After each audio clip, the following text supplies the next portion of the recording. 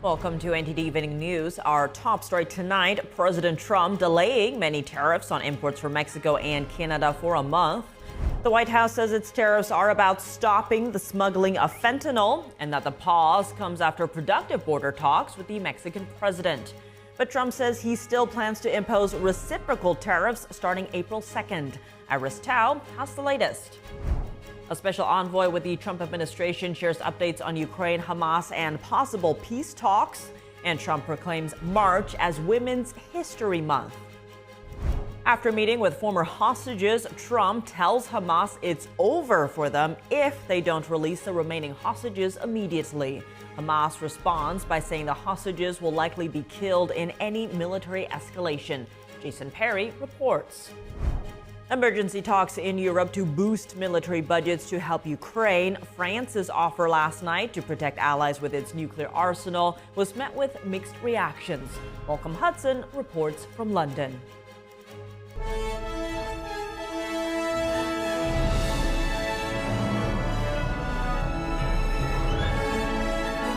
This is NTD Evening News, live from our global headquarters in New York City. Here's Tiffany Meyer. Good evening, and thank you for joining us tonight. U.S. Special Envoy to the Middle East, Steve Witkoff, shares the latest developments between the U.S., Ukrainian President Volodymyr Zelensky, and a possible peace deal between Ukraine and Russia. NTD correspondent Jason Blair joins us now live from Washington, D.C. Good evening, Jason. After the tense meeting between President Trump and Zelensky last week, how are things looking now? Yeah, hey, Tiffany. So Steve Witkoff did express that he thinks that things are moving pretty much in a better direction. He said that Zelensky did apologize and that Witkoff said that he is currently in talks with Ukraine. And he did mention that next week in Saudi Arabia, that Ukrainian and U.S. officials will be having a meeting. Here are his comments earlier today on that. President Zelensky sent a letter to the president. I think the president thought that it was a really good, positive first step, and from that, we're now in discussions to coordinate a meeting with the Ukrainians. But it will be Saudi Arabia, and I think the idea is to get down a framework for a peace agreement and an initial ceasefire as well. And Witkoff added that President Trump does think that there is a path forward with this, and that President Trump wants a good outcome, which ultimately will be peace. Back to you. And Jason, President Trump gave some updates from the Oval Office this afternoon. What were some of the key points? Yeah, sure. So President Trump did sign some executive orders and talked a little bit from the Oval Office. A couple of highlights. One thing he said is that moving forward, that cabinet officials will be meeting with DOJ twice a month until DOJ completes its efforts with their mission. And then also another highlight is the president signed a declaration making March of this year Women's History Month. And I do have a clip from when he signed that earlier today. Have a look. A proclamation that proclaims March 2025 as Women's History Month in honor of all the wonderful women in your administration, all the wonderful women in America, and in honor of everything you've done for women and this administration has done for women in just, what, a month and a half? So. Yeah, we've done a lot. And women have done a lot for us, right? This is an honor. And another interesting update is the president was asked about why there hasn't been a lot of information released regarding these suspects in the 2 assassination attempts against him last year. And the president did say that he is actually expecting a report next week. And he did express interest in releasing it publicly. However, at this time, they did not make any definite promises on that. Back to you. All right, Jason, thanks for those updates. President Trump pausing many tariffs on imports from Mexico and Canada for a month, but bigger tariffs are still set to hit in a few weeks. NTD's White House correspondent Iris Tao brings us the latest. And President Trump on Thursday paused his 25% new tariffs on goods coming in from Mexico and Canada that are covered by USMCA, a free trade agreement that he negotiated during his first term among the three North American nations. And Trump signing the new executive action says the 1-month delay is to protect American car makers, but he also warns that across the board reciprocal tariffs will still kick in on April 2nd. April 2nd is a little bit different. That will be much more significant, but during this interim period between now and April 2nd, this makes it much more favorable for our American car manufacturers. Trump on Wednesday just paused auto tariffs on Mexico and Canada at the request of the big three automakers. The White House says the delay is to encourage the companies to move their supply chains to the U.S. The now expanded pause comes as Trump talked to the Mexican leader today. And they've been working much harder lately. Do you notice that? On people coming in and drugs. But Trump, after talking to Canadian Prime Minister Justin Trudeau yesterday, says he's still not happy with Canada's work on fighting fentanyl. Meanwhile, as stocks slide amid the new tariffs this week, Trump says he's not looking at the markets at all when making changes. Countries and companies that have been ripping us aren't particularly happy with what I'm doing. But the United States will be very happy. And you know, while more goods are now exempt at least for a month, some goods are not covered by USMCA. More than 60% of goods coming in from Canada and more than 50% of goods coming in from Mexico are still facing Trump's new tariffs. Reporting by Iris Tao, NTD News. Emergency Ukraine talks in Europe as leaders seek to quickly boost military budgets. This after President Trump signaled that Europe must take care of its own security. France's offer last night to protect allies with its nuclear arsenal was met with mixed reactions. NTD's international correspondent Malcolm Hudson has the story. European leaders held emergency talks on Thursday on ways to quickly increase their military budgets. EU Commission President Ursula von der Leyen presented the Rearm Europe plan, which would provide up to $866 billion for defense investments. It gives the member states fiscal space to invest in defense. It gives the member states possibility to invest in the Ukrainian defense industry or to procure military capabilities that go right away to Ukraine. Ukrainian President Volodymyr Zelensky expressed his gratitude. You made a strong signal to Ukrainian people, to Ukrainian warriors, to civilians, to all our families. And it's great that we are not alone. We feel it and we know it. Thank you. While the meeting will offer words of support and plans for an increase in defense spending, Europe is not expected to be able to fully replace suspended US military aid to Ukraine. According to NATO, Washington provided more than 40% of military aid to Ukraine last year, some of which Europe could not easily provide. On Wednesday evening, French President Emmanuel Macron said he was considering placing European allies under the protection of France's nuclear arsenal. This was met with mixed reactions on Thursday. The possibility of expanding these possibilities of deterrence with nuclear weapons on the part of France. And of course, it is most worth considering. Nuclear umbrella would serve as really very serious deterrence towards Russia. German Chancellor Olaf Scholz stressed Europe should not give up on US involvement in nuclear deterrence. We must ensure, with a cool and intelligent head, that the support of the United States is also maintained in the coming months and years.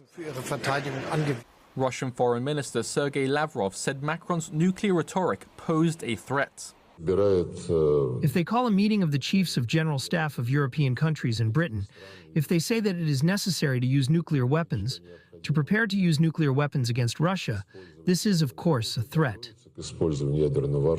According to the Federation of American Scientists, Russia and the US are the world's biggest nuclear powers, with over 5,000 nuclear warheads each.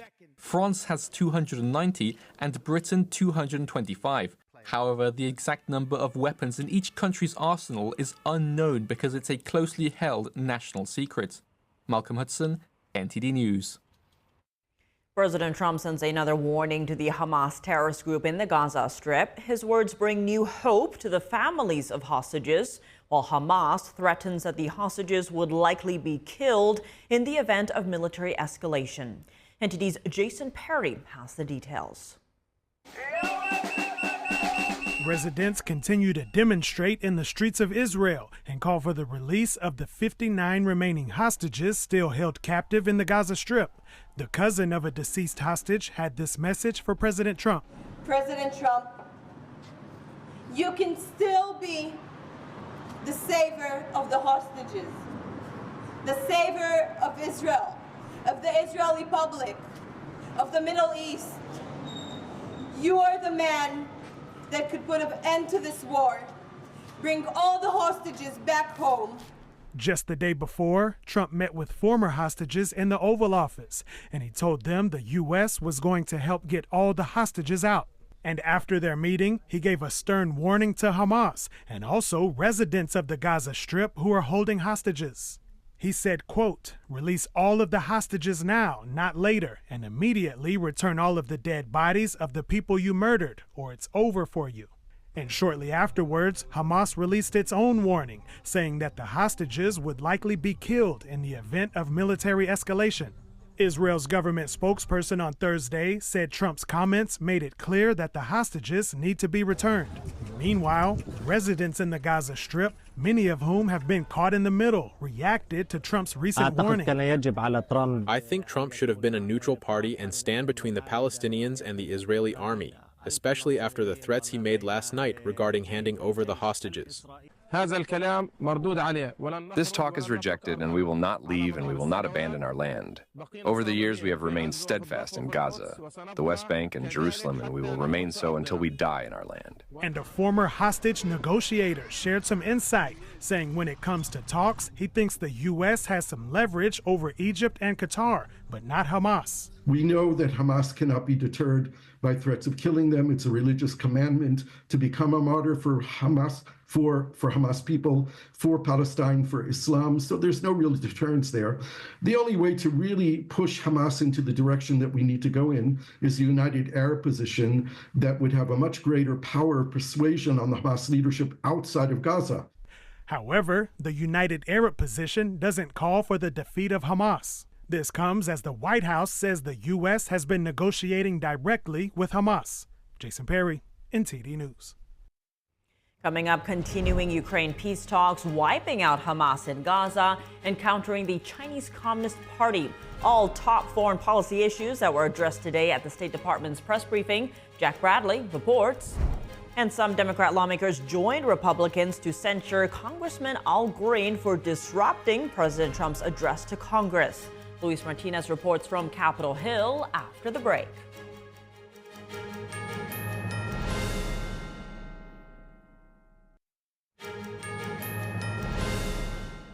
Welcome back. I'm Tiffany Meyer. The State Department holds its first briefing today, highlighting the Trump administration's efforts to counter the Chinese regime, wipe out Hamas, and work toward a peace deal in the Russia-Ukraine war. NTD's Washington correspondent Jack Bradley has the key takeaways. If the president and the secretary believe that President Zelensky is serious and that we can move forward, they have stated, in fact, that we would. State Department spokesperson Tammy Bruce discussing the fallout of the Ukraine peace deal at the first State Department press briefing of the new administration. She says if Ukrainian President Vladimir Zelensky is serious about finding a solution, then peace talks will resume. We want to help him. We want to help Ukraine. We have been the biggest supporters of Ukraine in this conflict than anyone else in the world. And now it looks like things are moving forward. Trump's special envoy Steve Witkoff said Thursday that U.S. and Ukrainian officials will hold peace talks next week in Saudi Arabia. This week, the U.S. paused intelligence sharing and aid in the form of cash and military aid to Ukraine to see if the aid is working toward a solution rather than extending the war. The U.S. has sent at least $175 billion in aid to Ukraine since the war broke out in 2022.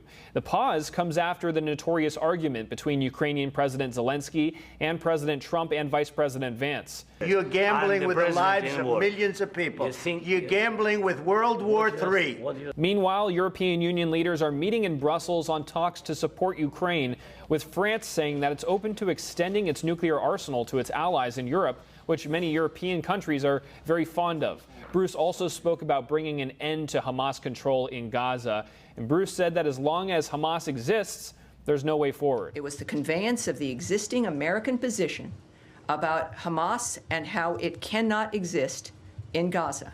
And of note, Bruce is calling the Chinese regime the Chinese Communist Party, or CCP, rather than the People's Republic of China, a change from the last administration. Already the Secretary has achieved concrete deliverables to combat transnational crime, advance the cause of enduring peace, and counter the malign influence of the Chinese Communist Party. The State Department also recently removed a line from its website that says that the U.S. does not support Taiwan's independence. The CCP sees the independently democratic island of Taiwan as its own, despite having never ruled the territory. Now, these moves reflect a change in tone on the U.S.-China relationship. Jack Bradley, NTD News. Democratic lawmakers are divided over how to respond to the Republican trifecta in Washington. Some joined Republicans today to censure a fellow Democrat. Our Washington correspondent Luis Martinez has more on this story. That Representative Al Green forthwith presented himself in the well of the House of Representatives for the pronouncement of censure, and that Representative Al Green be censured with public reading of this resolution by the Speaker. A group of Democratic lawmakers started singing "We Shall Overcome" on the House floor in an attempt to disrupt the proceedings to censure Congressman Al Green. The resolution is adopted. Without objection, a motion to reconsider is laid on the table. The House will come to order. The House will come to order. Shh. After order was restored, voting resumed, and 10 Democrats joined Republicans in censuring Congressman Al Green for his actions during the president's speech to Congress on Tuesday night. You know what? I don't mind being one of 10 Democrats who said, no, there's a deeper principle at stake here, which is reverence for this institution. You know, I have no love for Donald Trump, but I do have reverence for the office of the president. In the military, they salute the uniform. They don't salute the man or the woman in the uniform. House Democrats are divided over how to oppose President Trump's legislative agenda, some even defying their leadership. I do think that leadership tried to tell people that there should not be props. I think we all have to, again, take a look and talk to each other about what is the most effective way to be fighting back. People out, there are people throughout this country. I have people of all kinds in my district who are very angry, want to see Democrats fighting back. Government funding expires on March 14th, and House Democrats are threatening with a government shutdown, while House Republicans are unsure they can pass a continuing resolution without the support of Democrats. We will at all times defend Medicaid, defend Medicare, defend Social Security, defend nutritional assistance to our children and families, and defend veterans' benefits, while Republicans stand on the side of their billionaire donors. A group of conservatives in the office with him all want to support the president's agenda. And we're going to work toward getting that continuing resolution in a form where we can pass it just like we did last week. To all the people who said you could never pass that reconciliation bill with only Republican votes, wait until next week. On the Senate side, lawmakers invoked cloture on the nomination of Lori Chavez de Reamer to be the next Secretary of Labor. She's expected to be confirmed on a party line vote. Reporting from Washington, D.C., Luis Eduardo Martinez, NTD News.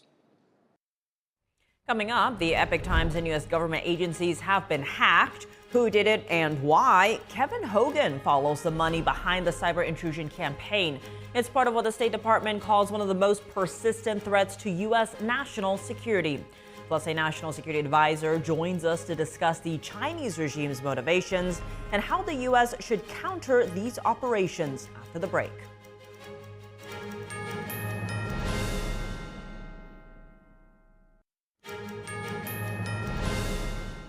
Welcome back. I'm Tiffany Meyer. The Justice Department has indicted a dozen Chinese contract hackers and law enforcement officials.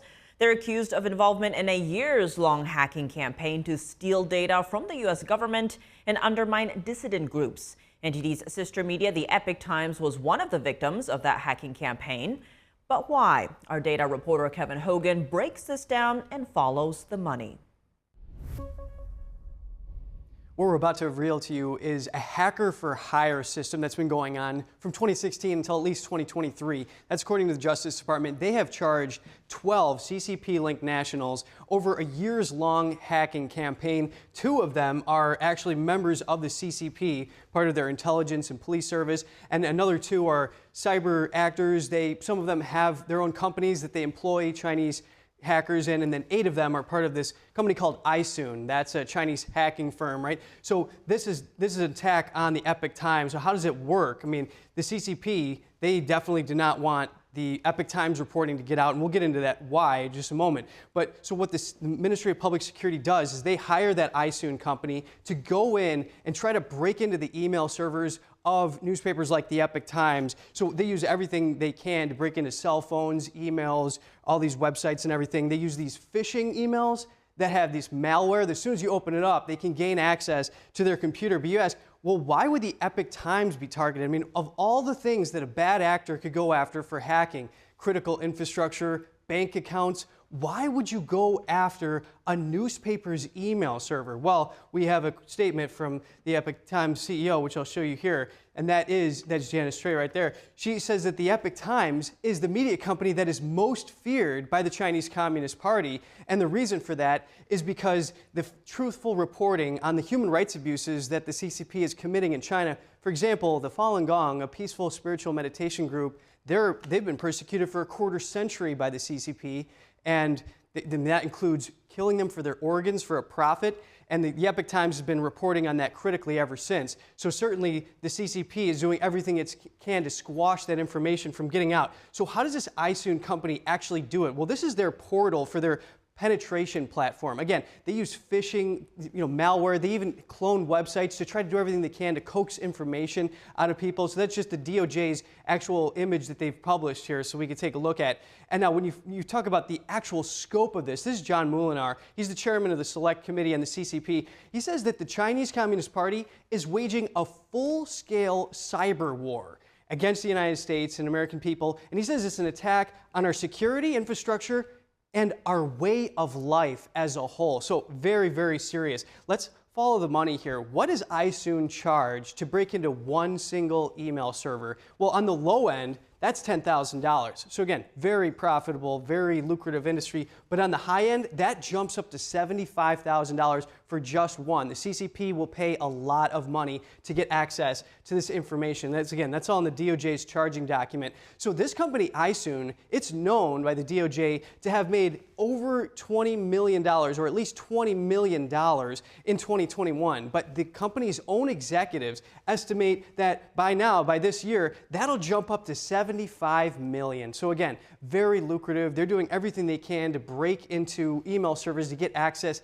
to compromise them as a whole. And furthermore, the State Department has put out a reward for any information leading to, 1, the arrest of those 2 cyber actors. That's right at $2 million. That's a lot of money. And then for any of those 8 iSoon employees and anything that's related to that company at all, a total of $10 million reward for this. And if you may remember, well, actually, we'll get to that in a sec. But now this iSoon is so widespread. I mean, it's everywhere in China. There are 43 bureaus that actually contract with them. And this is Ministry of Public Security, this is the Intelligence Service and Police Service that contract with them, and that's in 31 provinces, extremely widespread. Now, those 2 cyber actors, you remember back in 2021, there were 30,000 U.S. organizations that were compromised by that Silk Typhoon attack, and that was part of those. That's the same 2 individuals that are all involved in this indictment right now. So we're going to have to see how this plays out, and we'll be tracking this for you. Back to you.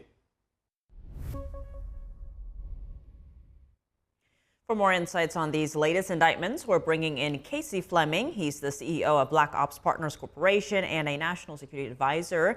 Casey, thank you so much for joining us. Good to see you again. Now, first, what's your reaction to this at the Epoch Times, which is NTD's sister media, was one of the targets? Just another Thursday. It's been going on for years, decades. It's part of their entire military operation and their Chinese strategy to weaken the United States. Now, Janice Trey, the CEO of the Epoch Times and NTD, released a statement saying, quote, "The Epoch Times is the media organization most feared by the CCP due to its unwavering commitment to truthful reporting. What does this tell you about the CCP's modus operandi? It's straight out of the communism playbook, the Chinese communism playbook. Anyone who has dissent or concerns with the Chinese regime, Chinese communist regime, is going to be targeted and is going to be attacked repeatedly until they back down. So no one questions the communist regime. That's the biggest threat. Free speech and liberty are the biggest threat to communism and the Communist Party. And they can't have that because their people need to understand that communism is the only way to go throughout the world and throughout China. And other civilizations are wrong to have anything but communism, and they must be put down. And zooming out a bit here, we have seen more indictments against Chinese hackers, agents, etc. in the U.S. Is this part of a shifting focus we've heard from various departments to tackle the China threat more head-on? We've been tackling it for several years, for actually many years. So yeah, we can always increase it, but this, the public needs to understand this is standard operating procedure with the Chinese Communist Party. This is cyber warfare, one of many methods of unrestricted warfare to weaken the United States and to weaken our free world allies for takeover. So this is one of the tricks in their bag. I need to also to mention that a lot of these hackers were trained in U.S. universities next to our students, taking internet security and so on, and then taking all that knowledge back to China. So we've been very complicit in this entire thing. But I don't think we would have been so complicit if we taught a little bit more, even to the professors and to the university leaders, a little bit more on Chinese communism and what that means. Now, in terms of this indictment, how long do you think this investigation was in the works? Could it have begun under the Biden administration? Absolutely. The DOJ and the FBI don't work over weeks; they work over months and years. So they have to build enough information to build a case to be able to come out with public information. Otherwise, their case falls apart. So, guaranteed, this has been months to years in the making to track these individuals down. But the key is that it's much worse than just these, 10, 12 people. That's just what we have today. That's just what we have this week. It's much bigger than anybody can imagine. Now, to your point, now all 12 people charged are still at large. What are the chances of the U.S. actually apprehending these suspects? Slim to none, unless they travel to a U.S. airport or to one of our free world airports. These people are typically just going to stay within the China region, Hong Kong and other countries that are friendly to China. That's where they're going to stay. Otherwise, they'll just be picked up. But that's not a problem. I'm sure that they're all Chinese nationals, and they've been there for many, many years. Now, the DOJ notes that the Chinese regime employs a hackers for hire system, which helps conceal any direct connections to these cyber attacks. Given that, how should the U.S. counter something like this? The same way that the Chinese Communist Party is handling it to us. Be completely offensive, derail their plans, shut down their plans from an offensive capability, and just to amp that up. This really is cyber war. The penetration that the Chinese Communist Party has into our critical infrastructure, our banks, our trading systems, our airlines, our hospitals, our utilities, and so on.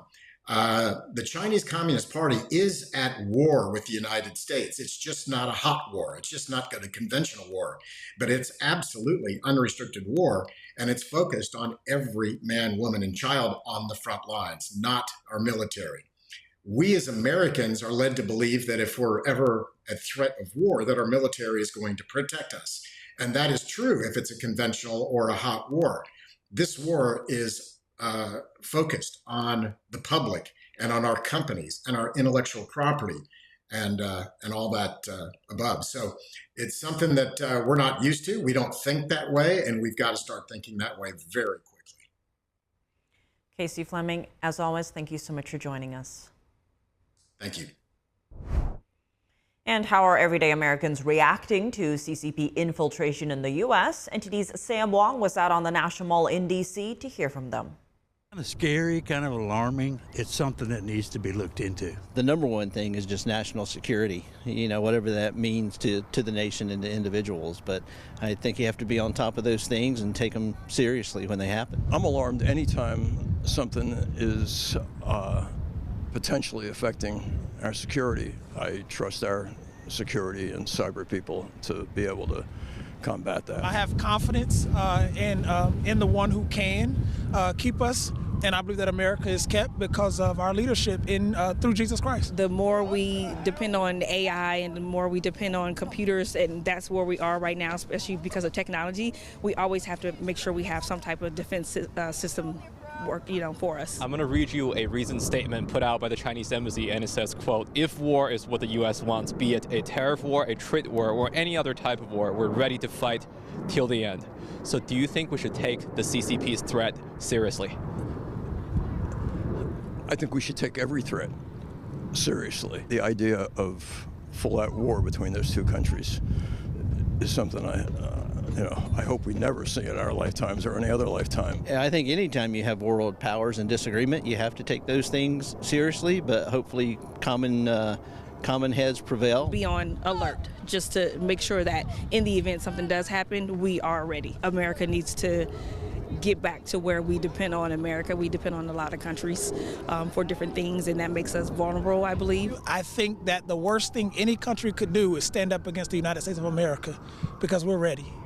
That's just what I believe. I believe that the United States of America has the backing that it needs, and we're strong enough to defeat any army. Coming up, millions are under wind alerts as a powerful storm moves across the U.S., bringing deadly weather, tornadoes, and fire risks. Blizzards and high winds are causing major disruptions as thousands remain without power. Christina Corona has a weather update.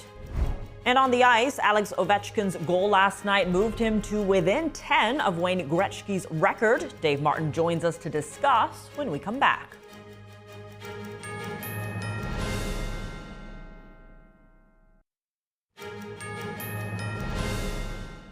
Welcome back. I'm Tiffany Meyer. A powerful storm system is sweeping across the U.S., bringing extreme weather, which has so far taken the lives of at least 6 people. NTD's Christina Corona brings us more details and where the storm is hitting next. Nearly 69 million people from New England to the Carolinas are under wind alerts as a powerful storm moves across the U.S., bringing strong winds, blizzards, and fire risks. At least 6 people have died due to the severe weather, 3 in Nebraska and 3 in Mississippi. The National Weather Service confirmed 3 tornadoes Wednesday, including an EF2 in Mississippi with 127 miles per hour winds, injuring 4 people. Thousands remain without power, with over 12,500 outages reported in the Northeast on Thursday morning. Wind advisories are in place for Boston, New York, and Washington, D.C., with gusts up to 55 miles per hour. The storm is bringing rain and snow to the west, reaching parts of Nebraska, South Dakota, Iowa, and northern Illinois by Thursday night. High winds in the southwest and southern high plains are creating travel hazards and reduced visibility from blowing dust. In the south, fire risks are high, with at least 7 fires burning in central Texas. The National Weather Service warned that dry conditions and strong winds could spark new fires in New Mexico and western Texas. A separate storm is hitting California, raising mudslide concerns in Los Angeles burn areas. A wind advisory is in effect for Ventura and LA County beaches, with an evacuation warning for Sierra Madre's Eaton Fire burn area. And up to 9 inches of snow is expected in the San Bernardino Mountains. Christina Corona, NTD News. And now for your sports news, we're joined by NTD's Dave Martin. Dave, a lot going on today, but let's start in hockey as Washington's Alex Ovechkin scored again last night, moving him to just 9 goals behind Wayne Gretzky's career record. How soon do you think he'll pass him? Well, that is a big question. I certainly think it's going to happen sometime next month, certainly before the season ends. I mean, his goal last night gave him 885 in his career. Gretzky at 894, so he's 10 from passing him. It also gives him 32 on the season. That's 5th in the NHL, which is incredible considering he's missed 16 games this year. Even more amazing considering he's 39 years old. Now in Gretzky's final season, he was 38 years old. He scored 9 goals the entire season in 70 games. It was a career low for him, but he did also have 53 assists. That was top 10 in the league. Got to mention that. But Ovechkin, he's got 20 games left, 10 goals to pass him. Like I said, that's pretty much 1 every 2 games. At his current pace, it'd probably take about 15 games to catch him. That puts him on pace for sometime in early April. And this is definitely something I'm going to be following pretty much almost every week here, because this is a record no one thought would be broken, least of all me, but it's definitely going to be broken soon.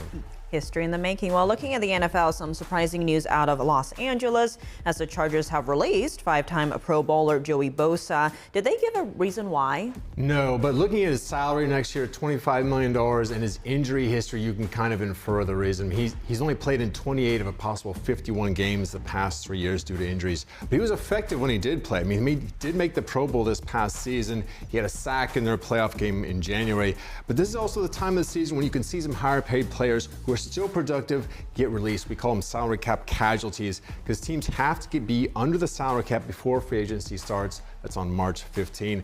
That's often difficult because teams are usually very close to salary cap each and every season, and most contracts, meanwhile, have escalating salaries. So there's always this yearly chore almost of releasing some productive but highly paid players. But Bosa, I mean, he's 29 years old. He's still productive. I think he's going to catch on with the team here soon. Well, moving to soccer news, FIFA is considering a proposal to expand the 2030 World Cup to 64 teams to celebrate their 100th anniversary. Does this proposal seem likely to pass? You know, I'm kind of back and forth on it. Probably not. I mean, the last World Cup just 2 years ago, it was 32 teams. Now, next year's World Cup, which is going to be in North America, it's going to be up to 48. So if they go to 64 in 2030, I mean, you're doubling the size of the event in just 8 years. Of course, that means plenty more TV money because you're going to have a lot more games. But the tournament is going to take so long at that point. I mean, the tournament 2 years ago took 32 days. It's scheduled to take 39 the next time around. Who knows how long this one would take. I think it also lowers the standard to get in. I mean, my first thought when I heard this was, oh, good. Well, the U.S. is definitely going to make it probably under those rules. But anyway, because obviously they're not major contenders. But in any case, this proposal is considered a one-off, so they would actually go back to the 48 teams in 2034 under this proposal. So stay tuned, though. We haven't heard the last of this. Well, switching gears a bit, California's Governor Gavin Newsom split from a number of members of his party by saying he opposes transgender athletes in women's sports. What was his reasoning? Fairness, which is pretty much everyone's reasoning, I've found. And he was very clear about his stance. This is what he said when he was asked about it on his podcast, quote, "I am not wrestling with the fairness issue. I totally agree with you. I revere sports, so the issue of fairness is completely legit." Now, Newsom, by the way, played college baseball himself. Now, this was a significant issue, obviously, in the election. Clearly, Donald Trump, the Republican Party, felt the same way. Trump, almost as soon as he got into office, signed an executive order that essentially bans any school that allows transgender athletes in women's sports. The NCAA then immediately changed their policy in kind. But back to Newsom, this came out in a podcast with Charlie Kirk, the founder of Turning Point USA. Now, interestingly, California law requires schools in the state to allow transgender athletes on women's teams, though it was passed before he came into office there. So there's that. Well, Dave, as always, thanks for joining us. Well, thank you, Tiff. And that's all for today's news. For round-the-clock coverage, visit us at ntd.com or download our NTD app. Thanks for tuning in. I'm Tiffany Meyer. Good night.